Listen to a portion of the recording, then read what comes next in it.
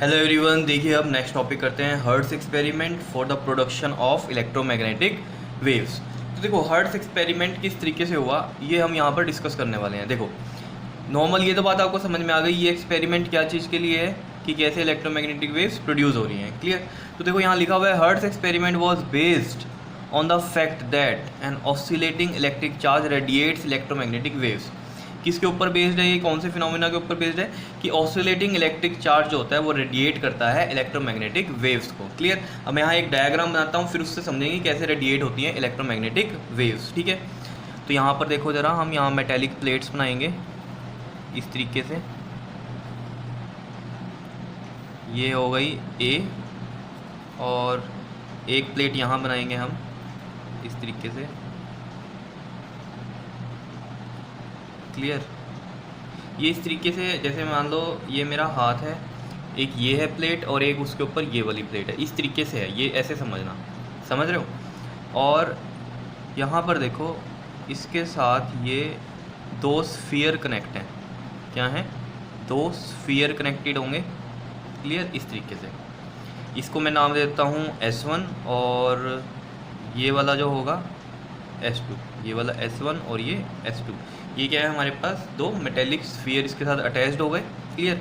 जैसे ये ए प्लेट थी, ये वाली बी प्लेट है, इस पर कैसा चार्ज है आपके पास, पॉजिटिव वाला, और इस पर यहाँ नेगेटिव वाला चार्ज है। तो आपको ये दिख ही रहा होगा कि ये प्लेट्स जो है एक तरह से कैपेसिटर की तरह बिहेव कर रही होंगी।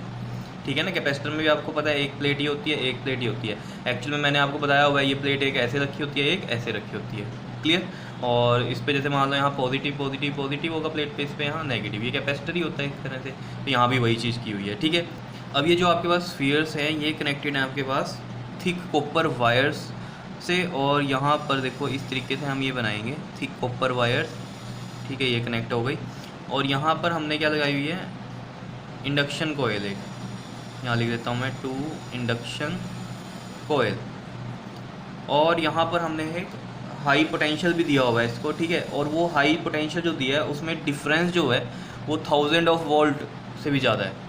समझ रहे हो। तो देखो जब हम यहाँ पर पोटेंशियल प्रोवाइड कर रहे हैं तो पोटेंशियल क्या हो रहा है, इतना ज़्यादा डिफरेंस है, उसकी वजह से क्या होता है, जैसे मान लो यहाँ पर ये जो एयर गैप है, ठीक है ना, एक तो एक पॉइंट इधर S1 में लगा हुआ है, एक पॉइंट S2 में लगा हुआ है। ठीक है ना।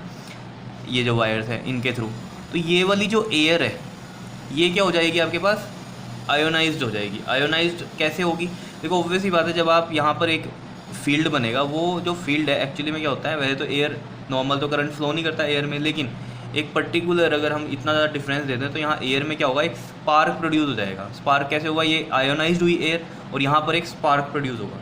वो जो स्पार्क प्रोड्यूस हुआ वहीं से रेडिएट होंगी आपकी इलेक्ट्रोमैग्नेटिक वेव्स। वो कैसे, देखो यहाँ पर क्या होता है हमारे पास, इस तरीके से ये एक डिटेक्टर लगा होता है जिसको हम D से लिखते हैं। ठीक है।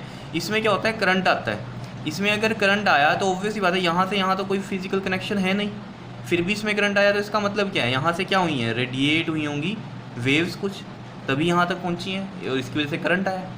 सीधी सी बात है। यानी कि कोई फिजिकल कनेक्शन नहीं है, तो यानी कि यहाँ क्या है, बीच में वेव्स हैं, और इन वेव्स को क्या बोला हमने, इलेक्ट्रोमैग्नेटिक वेव्स। क्योंकि यहाँ पर क्या हो गया था, एयर आयोनाइज्ड हो गई थी, समझ रहे हो, उसकी वजह से क्या हुआ, यहाँ पर स्पार्क हुआ, स्पार्क की वजह से यहाँ करंट आया। यानी करंट क्यों आया होगा, यानी कि वेव्स के थ्रू इसके अंदर हुआ है। समझ रहे हो। अगर वेव्स के थ्रू गया तो ये वेव्स क्या हैं, फिर हमारे पास इलेक्ट्रोमैग्नेटिक वेव्स हैं। क्या इतनी बात क्लियर है या नहीं है, बताओ ज़रा। अब देखो धीरे धीरे और बातें यहाँ पर क्लियर हो जाएंगी आपको। देखो इतनी तो क्लियर है कहानी।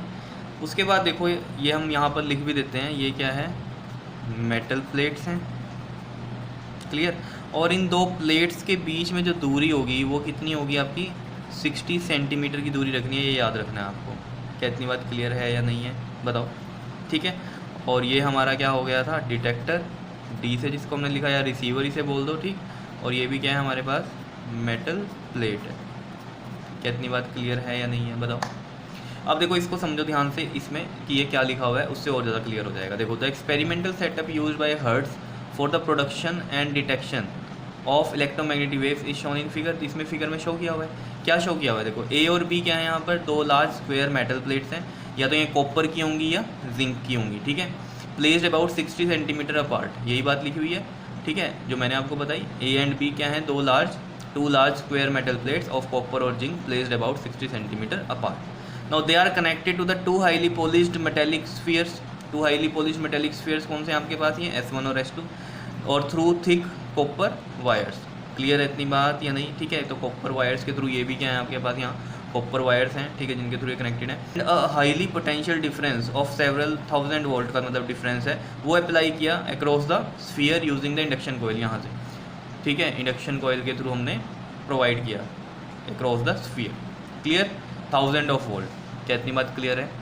अब ये क्या हुआ है, due to this high potential difference across S1 and S2 the air between the sphere get ionised. Air क्या हो गई, आयोनाइज्ड हो गई, and provide a path for the discharge of plates. और उसकी वजह से क्या हुआ, प्लेट्स की डिस्चार्जिंग होगी, ऑब्वियस सी बात है, समझ रहे हो, एक पाथ मिल गया ना इसको। देखो यहाँ से एयर अगर आयोनाइज्ड हो गई तो इसको क्या हो गया, ये वाले जो चार्जेस हैं इनको पाथ मिल गया एक तरह से डिस्चार्जिंग का, ऑब्वियस सी बात है ना, ये दोनों क्या होंगे आपके पास, डिस्चार्जिंग में जाएंगे ना, ये पॉजिटिव है और ये क्या है, नेगेटिव है। जब इनको एक पाथ मिल गया तो ऑब्वियस सी बात है पॉजिटिव नेगेटिव की तरफ जाएंगे, समझ रहे हो ना ये चीज़। तो ये क्या होंगे, डिस्चार्ज होंगे, तो यही बात यहाँ लिखी हुई है आपके पास, ठीक, path for discharge of plates, and due to it, इसकी वजह से क्या होगा, एक spark is produced, a spark is produced between S1 and S2।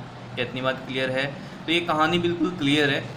यहाँ पर जो आपने हाई पोटेंशियल डिफरेंस दिया उसकी वजह से ही क्या हुआ था, यहाँ स्पार्क हुआ। वो कैसे, यहाँ पर क्या हुआ, एक पाथ मिला, पाथ बन गया अगर, तो पाथ बनने की वजह से क्या हुआ, ये वाले जो है चार्जेस क्या हुए, एक दूसरे की तरफ जाएंगे, मतलब डिस्चार्जिंग ऑफ प्लेट्स होने लगी। उसकी वजह से क्या हुआ, वहाँ स्पार्क आया, स्पार्क प्रोड्यूस हुआ, तो यहाँ इस वाले में क्या हुआ, करंट डिटेक्ट हुआ। करंट कैसे डिटेक्ट हुआ, कैसे, हमने सोचा कोई फिजिकल कंटेक्ट तो है नहीं, इसका मतलब क्या हुआ, कोई वेव्स हैं जिनके थ्रू इसमें आया कुछ, तो इसका मतलब ये वेव्स कौन सी थी हमारे पास, इलेक्ट्रोमैग्नेटिक वेव्स। क्लियर हो गई होगी कहानी, ठीक है। तो due to it a spark is produced between the S1 and S2 and electromagnetic waves are radiated. क्या इतनी बात क्लियर है? ठीक है, देखो आगे ये जो मेन पॉइंट है क्या है, the frequency of oscillation of charges between the plates.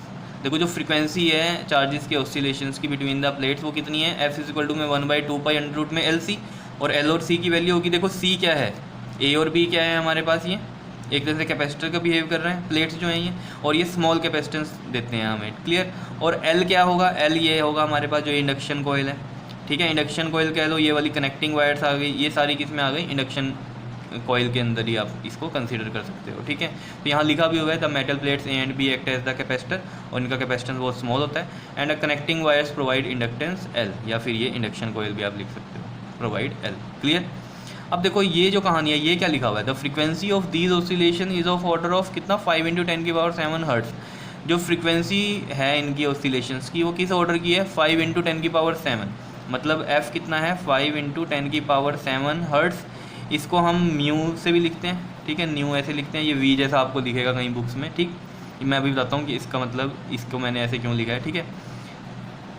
अब ये चीज़ देखो यहाँ पर इसने बोला है with this arrangement Hertz could obtain radiation of wavelength about 6 metre. कितनी मिली रेडिएशन की, जो वेवलेंथ है वो कितनी, 6 मीटर की मिली, मतलब लैम्डा, वेवलेंथ होती है लैम्डा, लैम्डा का फॉर्मूला होता है C/F, या ये न्यू इस तरीके से लिखते हैं, जैसे मैंने आपको बोला कि कहीं जगह आपको ये V जैसा दिखता है, ठीक है, तो ये F ही होता है फ्रीक्वेंसी। तो देखो C की वैल्यू आपको पता है 3 × 10⁸ मीटर पर second speed of electromagnetic wave होती है ये हमारी स्पेस में, और जो फ्रीक्वेंसी है वो कितनी है हमारे पास यहाँ पर गिवन 5 × 10⁻7। तो देखो लैम्डा निकल जाएगा यहाँ से 10⁻7 और ये 10⁸, तो 7 ऊपर जाके माइनस होगा तो 10 ही बचेगा, 10⁻1 बचेगी मतलब, ठीक है। और इधर है ये 3 और ये बचा नीचे 5, क्लियर। तो ये 30/5 और 5 6 30, तो 6 मीटर की जो है आपके पास ये वेवलेंथ बनती है, ये इस तरीके से है, ये इस फॉर्मूले से। ये बात क्लियर है या नहीं है, ठीक है। उसके बाद कहता है these rays are detected by the detector D, और ये जो रेज हैं किससे डिटेक्ट हुई हैं, इस डिटेक्टर D की वजह से। क्लियर है, बस इतनी बात थी, ये सिर्फ आपके लिए समझाने के लिए था ये सब नीचे का कि कैसे हुआ है। क्लियर, तो समझ में आ गया होगा आपको हर्ट्ज एक्सपेरिमेंट क्या है, किस तरीके से है। क्लियर, ओके जी, थैंक यू।